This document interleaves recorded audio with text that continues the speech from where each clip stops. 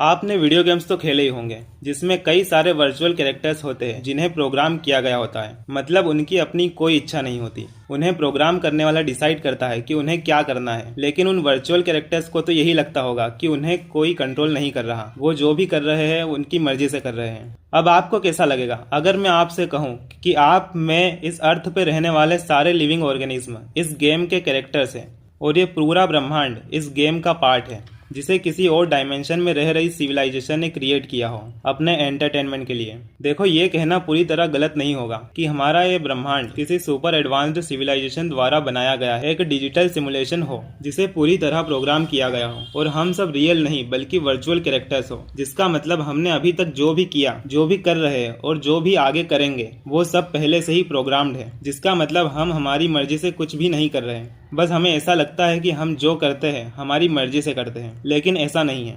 पर यह अभी बस एक थ्योरी है, कुछ भी प्रूव नहीं हुआ है। अब एक फिलोसोफर निक बोस्ट्रोम, उन्होंने कहा कि फ्यूचर सिविलाइजेशन बहुत पावरफुल कंप्यूटर्स बना सकती है, एक से ज्यादा यूनिवर्सेस सिमुलेट कर सकती है, यहाँ तक कि कॉन्शियस बीइंग्स को भी क्रिएट कर सकती है। अगर एक सिविलाइजेशन मिलियन सिमुलेशन चलाए तो सिमुलेटेड यूनिवर्सेस रियल यूनिवर्सेस से ज्यादा हो जाएंगे और स्टेटिस्टिकली हमारे सिमुलेशन में होने की प्रोबेबिलिटी ज्यादा होगी। और आज टेक्नोलॉजी इतनी आगे बढ़ गई है कि इंसानों ने उनकी तरह सोचने समझने की क्षमता रखने वाले आर्टिफिशियल इंटेलिजेंस नाम की टेक्नोलॉजी डेवलप कर ली है, जिसे आप सब भी यूज करते होंगे। हालांकि हम अभी इसे कॉन्शियस बिल्कुल नहीं कह सकते, लेकिन आने वाले हजारों सालों में इंसानों द्वारा कॉन्शियसनेस को क्रिएट करना और वर्चुअल रियलिटीज को बनाना संभव हो सकता है। अब ये बात ऐसे ही नहीं कही गई कि ये ब्रह्मांड एक सिमुलेशन हो सकता है, बल्कि अगर हम गौर से देखें तो हमारे आसपास आपको हर चीज एक एक्यूरेट कैलकुलेशन के साथ मिलेगी। हमें हर चीज में फिजिक्स के लॉज फॉलो होते हुए दिखेंगे, इक्वेशंस फॉलो होंगी, कांस्टेंट फिक्स रहेंगे। अब ये सब अपने आप होना बड़ा ही मुश्किल लगता है। कुछ लोग कहते हैं शायद ये यूनिवर्स कोडेड है, जैसे गेम्स में रूल्स फॉलो होते हैं। यूनिवर्स में लाइट की स्पीड मैक्सिमम लिमिट है। कुछ थ्योरिस्ट अनुमान लगाते हैं कि शायद ये प्रोसेसिंग लिमिट हो, जैसे गेम्स में FPS limit, render distance, processing cap होते हैं। लेकिन ये सिर्फ अनुमान है, प्रूवन साइंस नहीं। इसमें एक और चीज का कनेक्शन है, ऑब्जर्वेशन इफेक्ट। क्वांटम वर्ल्ड में पार्टिकल्स अनयूजुअल बिहेवियर दिखाते हैं, ऑब्जर्व करने पर स्टेट चेंज होती है। कुछ लोग इसे कंपेयर करते हैं वीडियो गेम रेंडरिंग से, जैसे गेम में सिर्फ वही एरिया डिटेल में रेंडर होता है जहां प्लेयर देखता है, वैसे ही पार्टिकल्स की स्टेट ऑब्जर्व करने पर डिफाइन होती हुई दिखती है।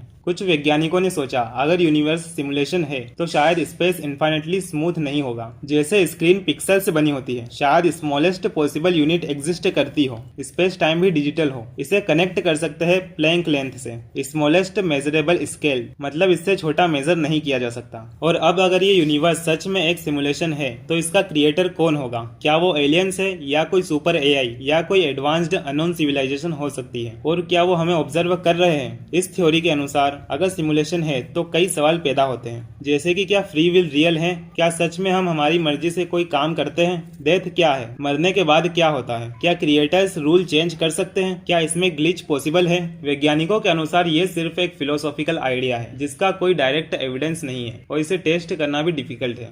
हमें ये जानना जरूरी है कि किसी कॉन्सेप्ट या थ्योरी के इंटरेस्टिंग होने का ये मतलब नहीं कि वो सही हो, लेकिन अगर हम सिमुलेशन में है तो शायद इस वीडियो को देखते वक्त कोई हमें ऑब्जर्व कर रहा हो और शायद क्रिएटर्स को ऑलरेडी पता हो कि हम उनके एक्सिस्टेंस पे सवाल उठा रहे हैं। तो अगर आपको हमारी ये वीडियो पसंद आई हो तो जाने से पहले एक लाइक और सब्सक्राइब जरूर करें। धन्यवाद।